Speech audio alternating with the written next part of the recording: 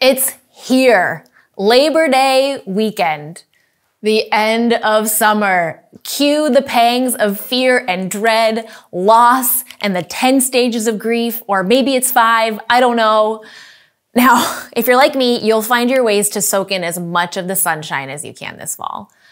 But we are already starting to feel the earth around us begin to change. The evenings are cooler, the Halloween stores are out, winter is coming. I mean, it's not yet, but it is. I wonder what kind of memories you were able to create this summer. Trips to the beach, the lake, walks at the park, barbecues with friends and neighbors, camping up north. Kids, I wonder if you were able to build any sandcastles this summer or explore the pools of low tide. In our family, the beach is our happy place. We have 3 young kids at home, and on days that we feel particularly on edge, when everything is just chaos and misery, we load up and take the kids to the beach, oftentimes at like 5 or 6 o'clock at night. And instantly, our kids are soothed, and so are we. And low tide brings a special kind of treat as we scour the freshly revealed rocks that were hidden only 10 minutes ago, meticulously search through the magically formed pools for hermit crabs and periwinkles, and secret pockets on the seaweed, and the kelp growing in the rocks that creates this underwater forest when the tide is high. But we have this magical access when the tide is low.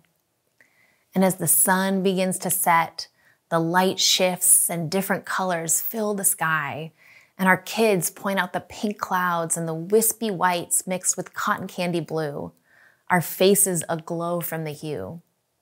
Those are nice moments. Even as we all know, the setting sun means bedtime is near. For our kids, that means going to the bathroom one last time, and even worse, brushing their teeth. Now, somehow every night, it's like it's a surprise torture chamber that happens at teeth brushing time. Now, and we've made this mistake before as parents to allow the exception on the occasional night where we are out pretty late and the kids have fallen asleep in the car and my husband and I whisper to one another, contemplating the best strategy for the impending transition, laying the plan out with the seriousness and detail needed to execute the most complex of tasks. Some of the success of those transitions from car to bed have hinged on the decision to drop the need for brushing teeth. Now, the problem is that our kids, while they may appear to be sleeping, are fully taking in the victory that is within reach. That is, a bedtime without the toothbrushing chamber. Now, while we may be thinking we've pulled a fast one on them, assuming them to still be sleeping, they now know that a night skipping toothbrushing is possible. And that, my friends, you can never go back on. And so, the nightly battle looms as the beach day comes to an end.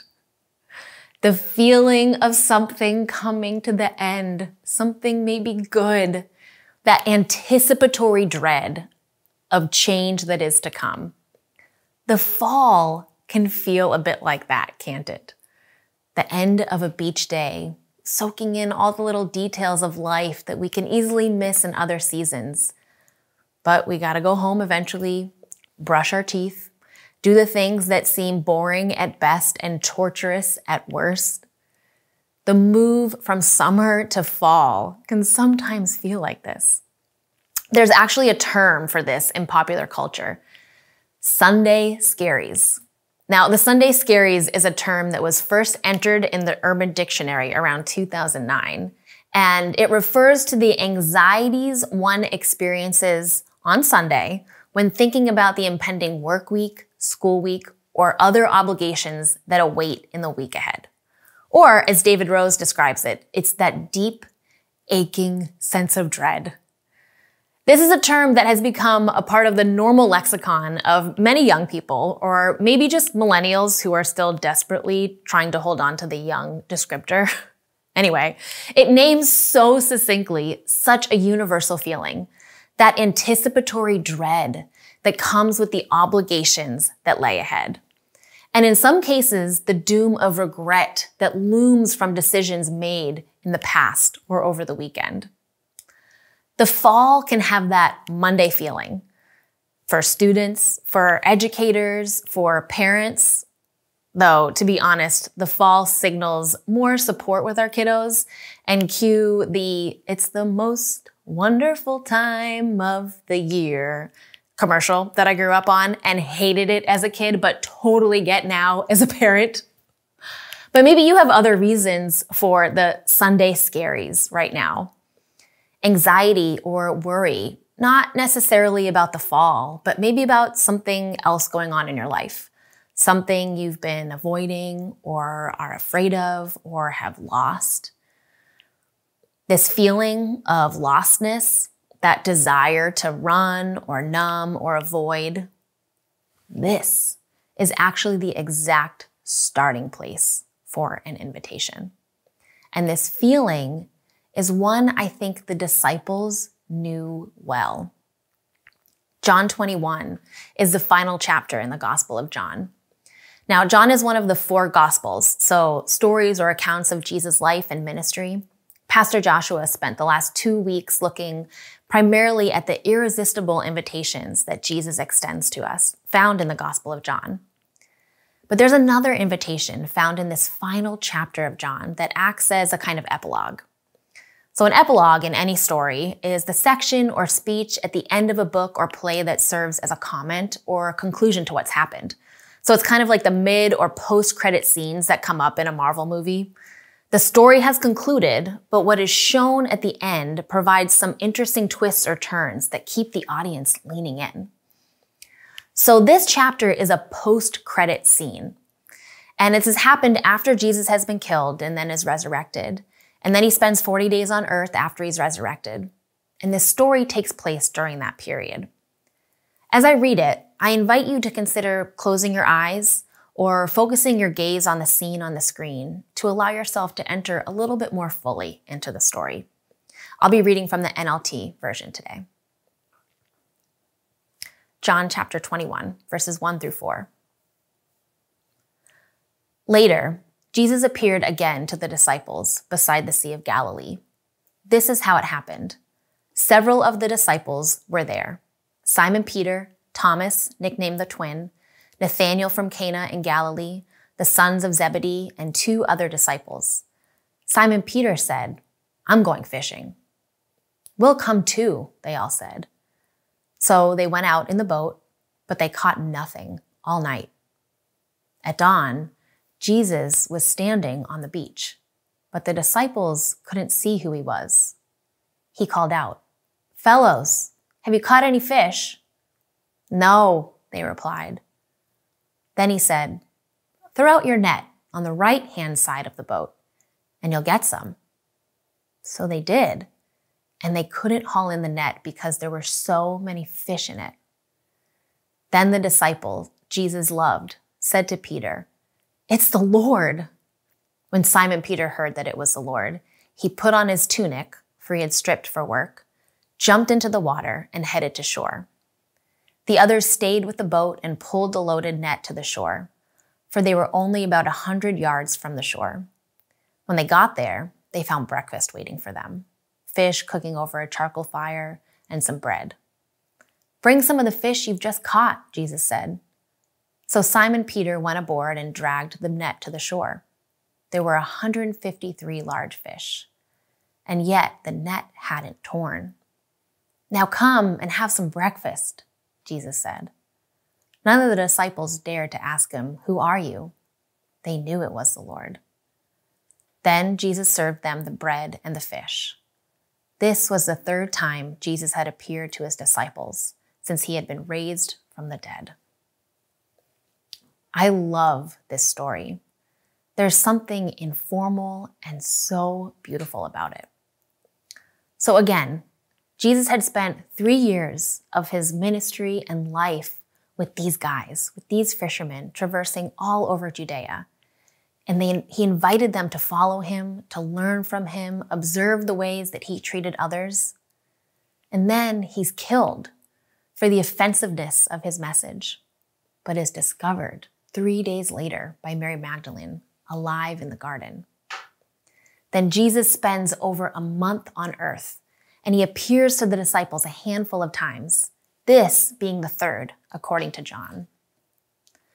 I want to invite you to imagine the moment a bit more. I don't want to underestimate the complexity of feelings the disciples had. It has been an emotional roller coaster for them, with the traumatic death of their friend and teacher at the very center of that. Death is traumatic. Now, I know some of you know that all too well, and you've had a year of tragedy and loss, the kind of loss that makes it impossible to know how life can possibly go on. I've walked with some of you this year through hell on earth as you lose your child, your sister, your friend, your wife, your mother. Earlier this year, I also lost very unexpectedly one of my closest friends. Death changes you. It's disorienting, it's irreversible, it's unfinished, and it leaves you with a gaping hole in your life and in your heart. Walking through death is like living through Sunday scaries that never end. It's that lump in your chest that never goes away. The dread of what's to come, the regret over things not said or not done that can haunt you. The disciples know this feeling, even as they also know the absolute mind-bending hope of seeing their Jesus walking among them resurrected. But this story reveals that that's not the end of the story. And they lived happily ever after isn't how this ends. Not yet, at least. John 21, the epilogue, shows there's more to be said. And so we find the disciples, 7 of them are mentioned here, deciding to go fishing. A job they knew well. A job they may not have done in many years. Remember, Jesus gave them a new job. Luke 5 tells a story of this moment. Jesus gets in the boat of Simon Peter to teach the crowds on the shore. And when he's done, he says to Simon to put his net out in deep water for a catch. And even though they hadn't had anything all night, Simon Peter does it. And they get a huge catch, one so big it breaks the net. Feeling unworthy, Simon Peter falls at Jesus' knees. But Jesus tells him, "Don't be afraid. From now on, you will fish for people." A new job. And so began their life together. But now, fast forward to this moment on the beach. Jesus is gone. Even as he's resurrected, things aren't the same. The disciples are gradually understanding that Jesus is alive, but they're not sure what that means for real everyday life. What do they do now? Jesus isn't by their side anymore. How are they to do anything without him? And not to mention, there's probably some shame that hangs over them because they were overrun with fear in the face of Jesus dying. Their courage and bravery and conviction failed them. How can they possibly go on? Certainly they aren't worthy. "I'm going to the beach," Simon Peter says. He goes fishing. I don't know what else to do. They had the case of the Sunday Scaries, afraid and unsure of what's ahead. So they do the only thing they can think of, go fishing. And the other 6 disciples named say, "Yeah, we're coming too." And what do you know? The loss piles on. They're up all night and they catch nothing. The one thing they can hold on to right now still leaves them empty-handed. And then the text tells us that Jesus calls out to them, but the disciples don't know it's Jesus. This is a clue for us that there is mystery in the resurrection. Even though Jesus has appeared to them a handful of times before, they still don't recognize him. He calls out, asking if they have any fish. "No," they say. And then Jesus instructs them to throw their net on the right side of the boat. And when they do, they can't haul the net back because there's so many fish. And with that, the disciple who Jesus loves, which at the very end of this chapter is revealed to be this author, John, recognizes Jesus. "It's the Lord," he says, And Simon Peter hastily gathers his tunic and dives in the water to swim to Jesus, with the other disciples following in the boat, pulling along the net full of fish. And when they get out of the boat, they see a fire with fish and bread. And Jesus says, "Bring some of the fish you caught." As they pull the net to shore, they count 153 fish, a number that symbolizes completion. And with that, Jesus says, "Come, have breakfast. Come, spend time with me. Commune with me. Not in the Holy of Holies in the temple, but right here on the beach over eggs and bacon or fish and bread. Come, eat." What an invitation this is. An ordinary invitation we hear or call out often in our lives, mundane even. Breakfast is ready. Here, in this moment though, with all other things that could be said and could be done, an invitation to breakfast, in the midst of the swirling and overwhelm and anxiety about what's to come, here, an ordinary invitation. One of my friends has this cabin on a remote lake in the Adirondacks, just up the road from Camp of the Woods, where lots of families here at Grace Chapel go over the summer. Now, the small lake has just 7 cabins on it and a couple of mountains. It's incredibly serene. We fish and swim and read. And one of our favorite things to do when we're up there is to cook on the fire. My husband, being more of the morning person, gets up early, brews some coffee, and heads down to the side of the lake and starts a fire where he cooks eggs and sausage and hash browns, waking to that magical smell. Eventually, we all walk down to this prepared breakfast with the gentle fog hovering over the lake before the sun breaks through. What maybe was Sunday dinner for previous generations, breakfast for us here is a sacred moment, our time to reconnect, to commune. That's a sacred moment for me, especially when we've often retreated there, when we're especially burnt out or feeling uncertain about our future. There's surprising remedy for that pain in the simple slowing down of otherwise mundane, everyday activities and doing it in the company of others. These memories of healing and reconnecting kinds of moments on the lake came in a different form this past summer, in a moment when I really needed it. Deep anxiety and loss being soothed in a breakfast on the beach kind of moment. I attended the funeral of my dear friend alongside my other close girlfriends from college. There were 5 of us who shared life together during our years in college and have remained close since. The kind of friend group you have for life, the touchstone, the bedrock of some of the most formative moments of half my life. To lose one felt like losing a part of me. Since graduation, we've lived all over the country, so we frequently travel from each coast to be together. But this time, it was to say goodbye. And it was awful. It's so hard to find the closure you want or need in the face of death, even one that may be expected. After the service, we felt empty and exhausted. But before making the trek back, we decided to take a visit to the lake where our friend grew up. After some hesitation and uncertainty around our welcome at this private lake, we decided to jump in. After the treachery of navigating the slippery rocks, the 4 of us silently swam out a ways to take in the view and the setting sun. One of my friends broke the silence.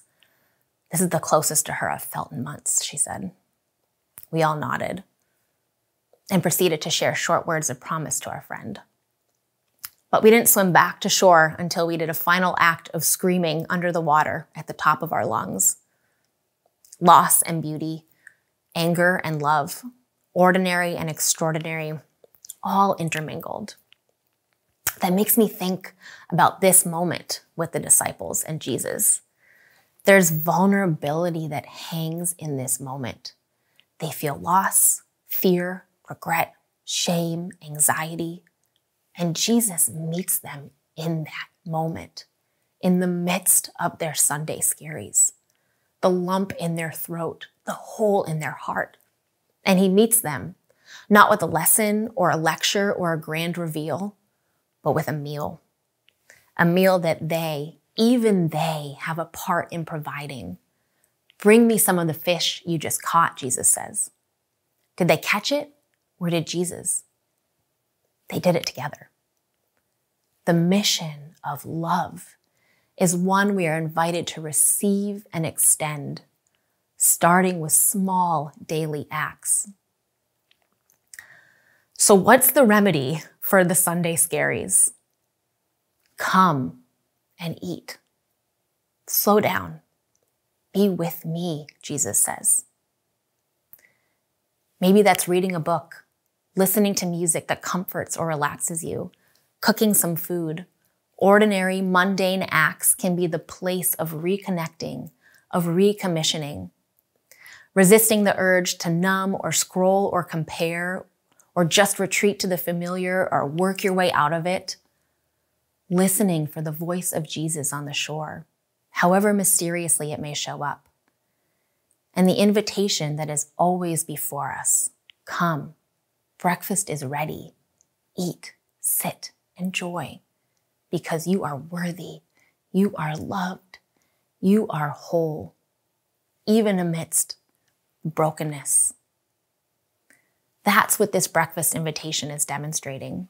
It's a reminder to the disciples of what Jesus has been showing them all along and what their mission is to be about.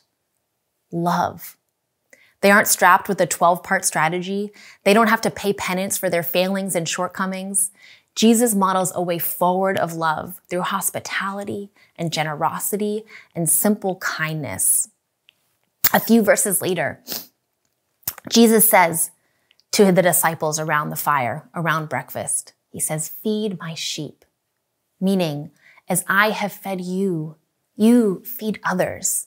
As I have loved you, love others. Share the message of the good news that God is a God of love. And we turn to God when we cast our net on the other side, when we lean not on our own ability to do, but rest in the guidance and the provision and the love of God. Sometimes I think when we're going through a significant transition season, kind of like the one that's before us now, we operate with this scarcity mentality and hold things a bit tighter. Our stress and anxiety can lead to less generosity and less kindness for ourselves and others. The disciples find themselves in this story with an uncertain future. And what does Jesus do? He invites them to breakfast and commissions them with a mission that requires them to give selflessly and to give abundantly. And so the mundane parts of life, like brushing your teeth, and the hard parts of life, like the fear you feel in transition or crisis moments, or moments of devastating loss, yeah, they are a part of life. And actually, they become the parts of life where God can meet us. When we have the Sunday scaries, when we worry, when we're uncertain, these are not God-absent moments, but are moments of invitation. Jesus tells us in one of his other gospels, he says, you cannot add any time to your life by worrying about it. I tell you, he says, do not worry about your life, what you will eat, or about your body, what you will wear. Consider the ravens. They do not sow or reap. They have no storeroom or barn, yet God feeds them. And how much more valuable are you than the birds? Do not be afraid, little flock, for your Father has been pleased to give you the kingdom. These hard moments are moments to receive Jesus' invitation. Come, have breakfast, sit, be with me, friend, who I love. And any mission you have, any work is one that moves from this place of love, because the mission of God, the work of God is love. Love in all the big and small, extraordinary and ordinary ways that each day brings us, and doing it with dignity and the hope that despite appearances, death and all it represents does not have the final word. Our bodies, this world and its injustices will be made right, will be restored, and the work of our days is to partner with Jesus in that work. the disciples' lives and the many who seek to follow Jesus in the generations since is to be about love. Our work is love. So this year, maybe your work needs to look different. Maybe, like the disciples, fishing isn't your job anymore. There's a different kind of work that God is preparing you for. Or maybe as you enter school or your current work, you do so with a different lens, a different mission, something else that's fueling you. One that doesn't keep you in a loop of worry or anxiety, but of clarity and purpose and identity. Whatever your year brings, may love, the love of Jesus, be the balm that soothes your heartache, your worry, your uncertainty. May it guide you through the mundane and hard moments that this year will inevitably bring. And may love be the fuel for the work that you do. And when you need reminding, come to the table, wherever it may be, and eat. Let's pray. In the words of the psalmist, God, we proclaim this prayer. Satisfy us each moment, each morning with your unfailing love, so we may sing for joy to the end of our lives. Give us gladness in proportion to our former misery. Replace the evil years with good. Let us, your servants, see you work again. Let our children see your glory. May the favor of the Lord our God rest on us. Establish the work of our hands for us. Yes, establish the work of our hands. Amen.